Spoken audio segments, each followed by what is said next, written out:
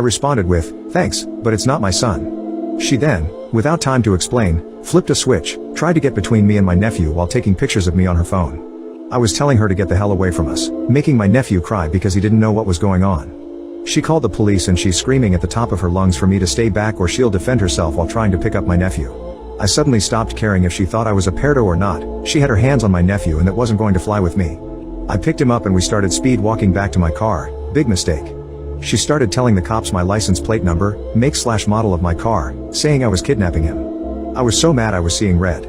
I sat in the car because I thought it would be best if at that point I waited for the police. I had him buckled into his car seat with the engine running just in park, idling. She's slamming her hands on my windshield trying to get other people to come help her, but a few people just come and stand behind my car so I can't leave. Police show up. Guns drawn, telling me to exit the vehicle. I get out. I have tears in my eyes at this point because I'm so mad/confused.